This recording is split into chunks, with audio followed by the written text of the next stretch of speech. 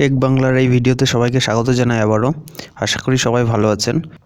আজকে আমাদের এই চ্যানেলে আনবক্সিং এবং রিভিউ করব একটা সিম্পল ফোন। এটা বয়স্ক লোকেদের জন্য খুব একটা ভালো ফোন রয়েছে। এটা নোকিয়ার তরফ থেকে এবং খুবই শক্তপোক্ত ফোন অবশ্যই হবে। পুরনো যুগের যে নোকিয়ার ফোনগুলো থাকতো সেই ধরনেরই ফোন, নোকিয়া 105। তো এই ফোনের স্ট্রেংথ এবং উইকনেসগুলো দেখে নেব। এটা 4th এডিশন রয়েছে এই ফোনের। এখানে আপনারা প্যাকেজিংটা দেখতে পাচ্ছেন, নোকিয়া 105 এবং ডুয়াল সিম মেনশন করা। এটা অ্যাকচুয়ালি দুটো ভার্সন রয়েছে, ডুয়াল সিম এবং সিঙ্গেল সিম দুটো অপশনেই পাবেন।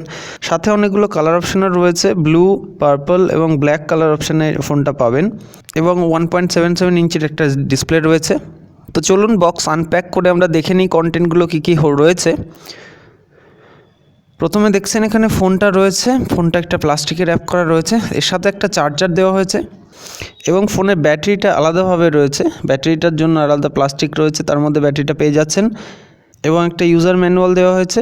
তো এখানে কোনো হেডফোন দেওয়া হয়নি, একদম বেয়ার মিনিমাম জিনিস এখানে দিয়েছে। এবং পুরোনো দিনের নোকিয়াতে হেডফোন দেওয়া হতো। এখানে যেটা মেন চেঞ্জেস পুরোনো দিনের নোকিয়ার থেকে, সেটা এর চার্জিং পোর্টটা। পুরোনো ব্যারেল জ্যাকের পরিবর্তে এখানে মাইক্রো ইউএসবি পোর্ট ব্যবহার করা হয়েছে।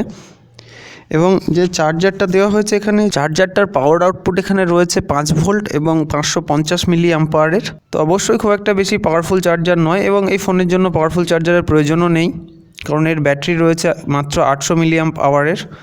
এখানে ফোনটা দেখতে পাচ্ছেন, ওপরে নোকিয়ার লোগো এবং তারপরে 1.77 ইঞ্চির ডিসপ্লে, দেন কিপ্যাড। এখানে পেছন দিকেও নোকিয়ার লোগো দেওয়া হয়েছে এবং প্লাস্টিক বিল, টোটালি ম্যাট ফিনিশ। টপে রয়েছে হেডফোন জ্যাক এবং একটা এলইডি ফ্ল্যাশ এবং তার সাথে সাথে চার্জিংয়ের পোর্ট। এখানে micro USB type charging port ব্যবহার করা হয়েছে। অ্যান্ড বটম সাইডে কিন্তু কিছু নেই। তো বটম সাইডে জাস্ট একটা নচ টাইপের দেখতে পারবেন, এইটা দিয়ে আপনাকে ব্যাক কভারটা ওপেন করতে হবে। এখানে দেখছেন যে ব্যাক কভারটা ওপেন হয়ে গেছে এবং নোকিয়ার লোগো দেওয়া আছে। ম্যাট ফিনিশ, সহজে স্ক্র্যাচ হবে না। অ্যান্ড পেছন দিকে দেখছেন এখানে দুটো সিম কার্ড স্লট রয়েছে। দুটো সিম কার্ডই ফুল সাইজের স্লট দেখতে পাচ্ছেন, আর ব্যাটারি কানেক্টার। তো আবারও যেটা বললাম, এই সেম ফোনটা দুটো ভার্সানে পাওয়া যায়, একটা সিঙ্গেল সিম, একটা ডুয়াল সিম ভার্সান। তো এখানে ব্যাটারিটার ক্যাপাসিটি রয়েছে 800 মিলি অ্যাম্প আওয়ারের এবং এটা খুব সহজেই 1 সপ্তাহের বেশি আপনাকে ব্যাকআপ দিয়ে দেবে। বাট নোকিয়ার ক্লেম আছে এটা 18 দিনের ব্যাকআপ আপনাকে দেবে স্ট্যান্ড বাইয়ের জন্য, এবং টকের জন্য 14 দিনের ব্যাকআপ দেবে। পাওয়ার অন করে দেখে নিই আমরা। পাওয়ার অন করলে নোকিয়ার লোগো আপনাকে প্রথমে দেখাবে। ব্যাকলাইট রয়েছে কিপ্যাডের, সেটা হোয়াইট কালারের ব্যাকলাইট রয়েছে। ডিপ্যাডের জায়গায় কোনো ব্যাকলাইট নেই। বিভিন্ন রকম ল্যাঙ্গুয়েজ অপশান এখানে দেওয়া হয়েছে ফোনের মধ্যে, তার মধ্যে বাংলাও পেয়ে যাবেন, কিন্তু আমি এখানে ইংলিশ চুজ করে নিচ্ছি। এরপরে আপনাকে টাইম সেটিংটা করতে হবে। টাইম সেটিং আমি আপাতত স্কিপ করলাম।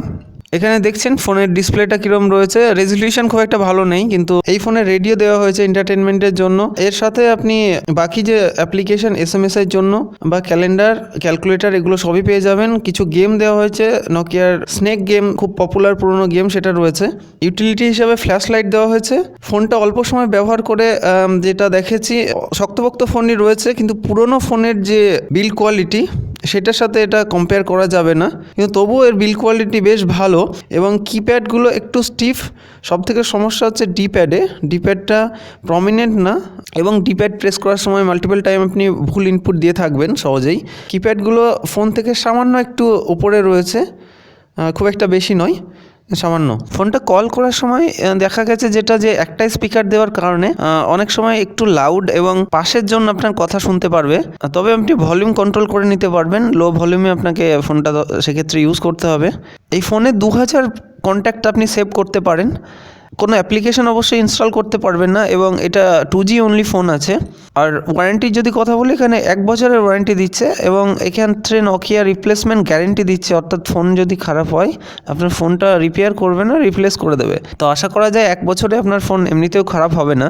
কিছু গেম দেওয়া হয়েছে, কিন্তু খুব বাজে ব্যাপার, যেটা গেমগুলো আপনাকে কিনতে হবে, নাহলে আপনি কেবলমাত্র 5 মিনিটের জন্যই ট্রায়াল ব্যবহার করতে পারবেন।